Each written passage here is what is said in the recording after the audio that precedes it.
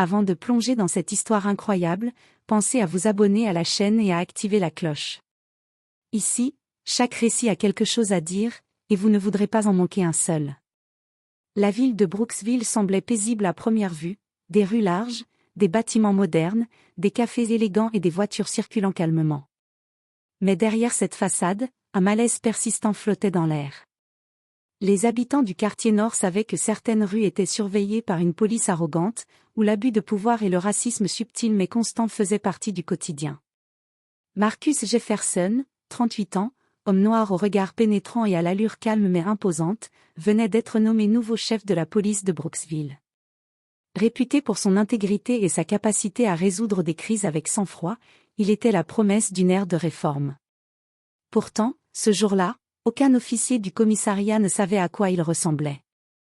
Marcus, discret, avait décidé de visiter certains quartiers avant sa prise de fonction officielle, pour observer les dynamiques locales et mieux comprendre le terrain.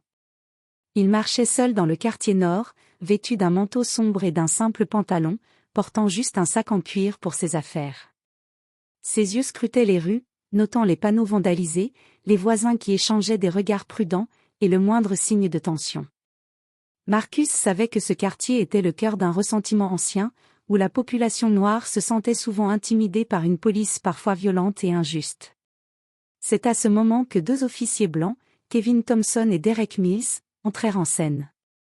Arrogants et prompts à juger, ils patrouillaient le quartier avec une suffisance qui avait souvent fait trembler les habitants. À la vue de Marcus, leur instinct fut immédiat. Un homme noir seul, marchant calmement, semblait aux yeux de leur imagination une menace potentielle. « Et toi là-bas » cria Mills en pointant Marcus. Marcus s'arrêta, levant les mains légèrement, signe de respect mais aussi de contrôle. Mais l'arrogance des officiers l'emporta. Sans poser de questions, ils s'approchèrent, en quelques gestes brusques, l'attachèrent à un poteau de signalisation au milieu de la rue. Les passants, surpris, s'arrêtèrent, certains murmurant, d'autres sortant leur téléphone pour filmer la scène. Marcus resta calme. Son visage reflétait une maîtrise totale de soi, tandis que les officiers riaient et se congratulaient, sur d'eux ignorant du fait que l'homme qui l'humiliait était sur le point de devenir leur supérieur hiérarchique, le chef de la police de Brooksville.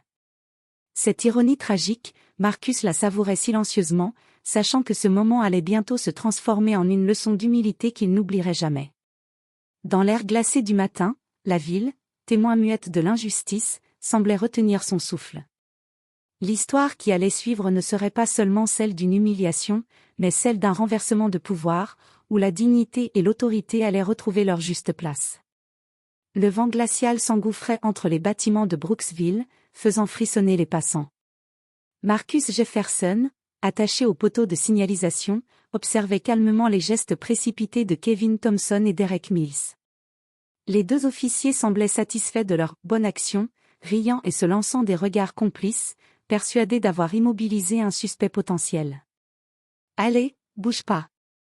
ordonna Thompson, en tirant légèrement sur la corde qui enserrait Marcus. « Qu'est-ce que tu fous ici, mec ?» ajouta Mills, le ton plus agressif, ses yeux scrutant Marcus avec suspicion. Marcus respira profondément, gardant un calme surprenant. Il savait que céder à la colère ne ferait que confirmer leurs préjugés et leur donner encore plus de pouvoir dans cet instant. Il observa silencieusement le quartier, remarquant les visages apeurés derrière les fenêtres, les enfants qui regardaient de loin, et les quelques passants trop polis pour intervenir. « Je n'ai rien fait de mal, » dit-il enfin, sa voix ferme mais mesurée. « Je suis juste en train de marcher. » Les officiers échangèrent un sourire ironique, comme si sa réponse ne faisait que renforcer leur certitude.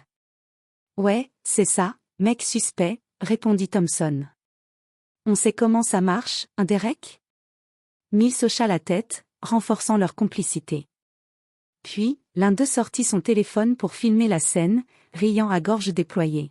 « Ce sera marrant pour la brigade. Un mec attaché au poteau parce qu'il ose marcher dans le quartier. » Marcus ne bougea pas, son regard se posant sur chaque détail, l'arrogance des policiers, les gestes maladroits des passants, le froid mordant sur sa peau. Tout en lui respirait la patience et la maîtrise. Soudain, un vieil homme assis sur un banc, témoin de la scène, s'approcha. « Vous ne devriez pas faire ça, dit-il d'une voix tremblante. Dégage, vieux, répliqua Mills avec mépris. Ça ne te regarde pas. Le vieil homme s'éloigna, et Marcus resta seul, observé, humilié, mais sans jamais perdre sa dignité.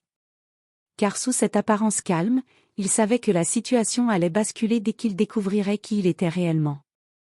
Quelques minutes plus tard, un passant osa intervenir. Laissez-le tranquille. Il n'a rien fait. Les policiers tournèrent la tête, un mélange d'agacement et d'incompréhension sur leur visage. Thompson rétorqua. C'est notre boulot. Et crois-moi, on sait ce qu'on fait.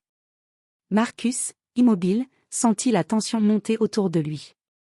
Il savait qu'il devait rester maître de la situation. Chaque seconde qui passait, chaque rire arrogant des policiers, chaque regard des passants, tous contribuaient à préparer l'instant où le pouvoir allait changer de camp. Et il savait, dans le silence de son cœur, que ce moment d'humiliation serait le prélude à leur plus grande leçon de vie. Marcus fut emmené de force par Thompson et Mills jusqu'au commissariat. Les passants observaient encore, certains murmurant, d'autres secouant la tête devant l'arrogance des policiers. Marcus, toujours calme, marchait avec dignité, ses yeux analysant chaque détail, chaque réaction de ses ravisseurs. « Assieds-toi là », ordonna Mills en le poussant vers la salle d'attente du poste. Marcus s'exécuta lentement, sans résistance, tandis que Thompson sortait son téléphone pour envoyer un message vantant leur exploit à leurs collègues. « Mec, t'as vu ça ?» dit-il à Mills. « On a attrapé un vrai suspect en moins de 5 minutes. »« Ouais », répondit Mills, fier, ignorant complètement que le destin venait de se moquer de lui. À l'intérieur du commissariat, le chaos régnait, dossiers empilés, sonneries incessantes, officiers passant dans tous les sens. Marcus fut placé dans une petite pièce près du bureau du commissaire, toujours attaché à une chaise par précaution. Quelques minutes plus tard, la secrétaire, Jane Whittaker, leva les yeux vers lui et fronça les sourcils. « Attendez, vous avez dit que vous êtes ? » demanda-t-elle, hésitante. « Je n'ai pas encore répondu à cette question, » dit Marcus avec un calme implacable. Le téléphone de Thompson vibra, un message du maire, annonçant officiellement la nomination de Marcus Jefferson comme nouveau chef de la police. Thompson, perplexe, montra le message à Mills. « Quoi ?» balbutia Mills, incrédule. « C'est impossible. » Marcus se leva lentement, ses mouvements calmes et précis. Il détacha lui-même ses liens, son regard fixant les deux policiers. « Vous m'avez attaché à un poteau ce matin, » dit-il, sa voix glaciale mais contrôlée. « Vous avez cru juger un homme simplement à sa couleur de peau. » Les deux hommes reculaient instinctivement, réalisant enfin l'ampleur de leur erreur. Thompson murmura. « On ne savait pas. » « Exactement, » dit Marcus. « Et c'est justement pour ça que vos actes ont des conséquences. » Il fit un geste vers le téléphone de Thompson. « Chaque seconde de cette humiliation est enregistrée. Et je vous garantis que cette vidéo fera partie de votre dossier et de votre évaluation professionnelle. » Jane Whittaker et d'autres officiers, témoins de la scène, échangèrent des regards incrédules. L'arrogance et la suffisance de Thompson et Mills s'étaient effondrées en quelques minutes.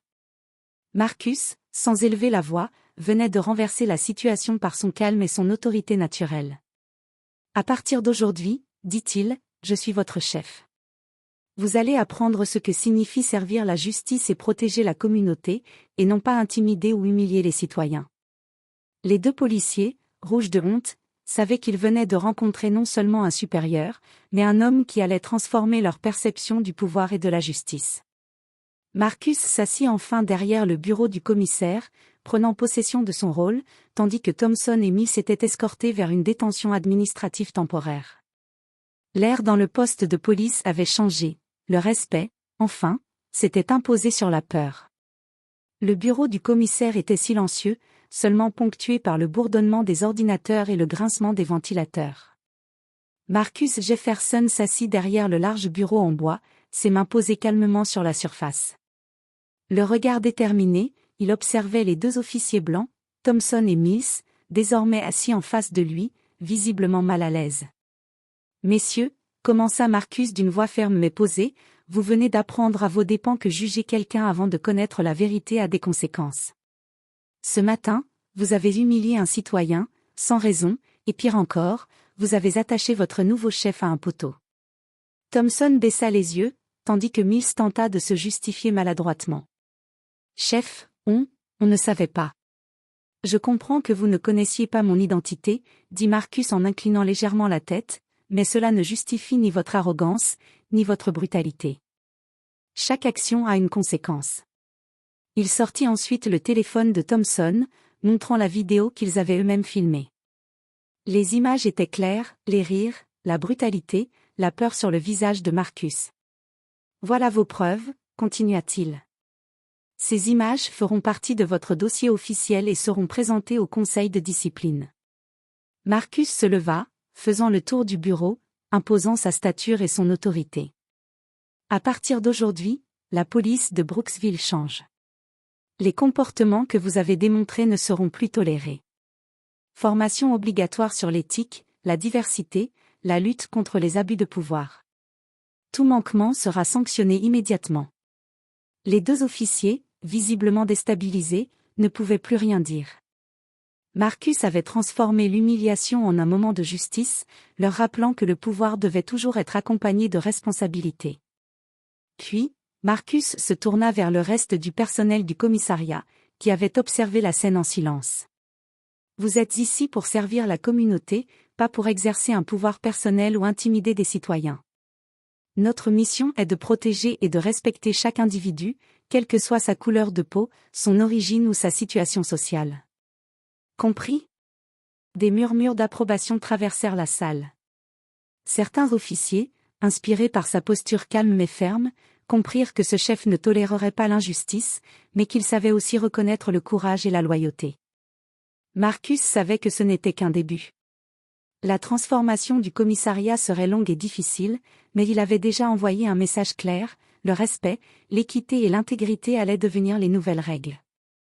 Thompson, Mills, conclut Marcus en les fixant, vous allez être mis en détention administrative pour réflexion et suivi disciplinaire. Ce n'est pas une punition personnelle, c'est une leçon pour vous et pour tous ceux qui pensent qu'ils peuvent abuser du pouvoir. Alors que les deux officiers étaient escortés hors du bureau, le reste du commissariat ressentit un mélange de choc et de respect. Marcus Jefferson venait de transformer un acte d'humiliation en une démonstration de justice, et tous comprirent que la véritable autorité ne se commandait pas par la peur, mais par le respect et l'intégrité. Dans les rues de Brooksville, les habitants qui avaient assisté à l'humiliation se sentirent enfin protégés. Le vent du matin semblait plus léger, comme si la ville elle-même respirait à nouveau. Les jours suivants, le commissariat de Brooksville fut transformé sous l'autorité de Marcus Jefferson. Les officiers réticents furent contraints de suivre des formations obligatoires sur l'éthique, la diversité et la gestion des conflits. Les plaintes pour abus de pouvoir commencèrent à être traitées avec sérieux, et les comportements discriminatoires devinrent intolérables. Thompson et Mills, toujours sous surveillance, durent affronter les conséquences de leurs actes. Marcus avait mis en place un suivi disciplinaire strict, heures de formation supplémentaires, travaux communautaires et rapports détaillés sur leurs interactions avec le public. Leur arrogance s'était effondrée, remplacée par une conscience aiguë de leurs responsabilités. Je n'aurais jamais pensé, murmura Mills un matin, réalisant qu'il devait désormais respecter des règles qu'il avait autrefois ignorées. La police n'est pas là pour se sentir supérieure, répondit Marcus calmement, mais pour servir et protéger. Souvenez-vous de ce que vous avez appris ce jour-là, dit-il en montrant discrètement le poteau où il avait été attaché, symbole de leur humiliation et de leur leçon. La communauté commença à remarquer le changement. Les citoyens noirs et blancs se sentaient enfin écoutés et protégés. Les incidents de brutalité diminuèrent rapidement, et la police commença à reconstruire sa relation avec les habitants. Les enfants qui autrefois regardaient la police avec crainte commençaient maintenant à la voir comme un exemple de justice et de sécurité. Marcus ne s'arrêta pas là. Il lança des programmes de sensibilisation dans les écoles, organisa des rencontres communautaires et invita les citoyens à participer activement à la sécurité du quartier.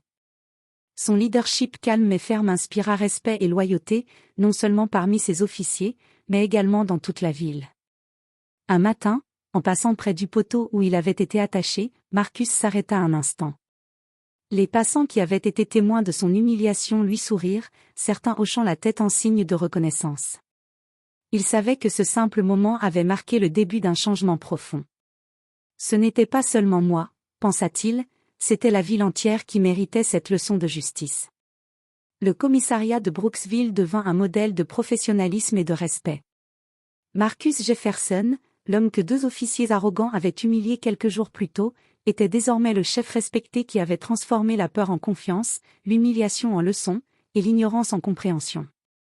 Et pour les policiers qui avaient douté de sa valeur, le message était clair, la véritable autorité ne se mesure pas à la force, mais à l'intégrité, au courage et à la capacité de rendre justice à ceux qui en ont besoin. Brooksville respirait enfin sous une nouvelle ère de justice et d'équité. Marcus avait non seulement gagné le respect de ses officiers, mais surtout celui de toute la communauté, transformant un acte d'humiliation en une victoire éclatante pour la dignité et la justice.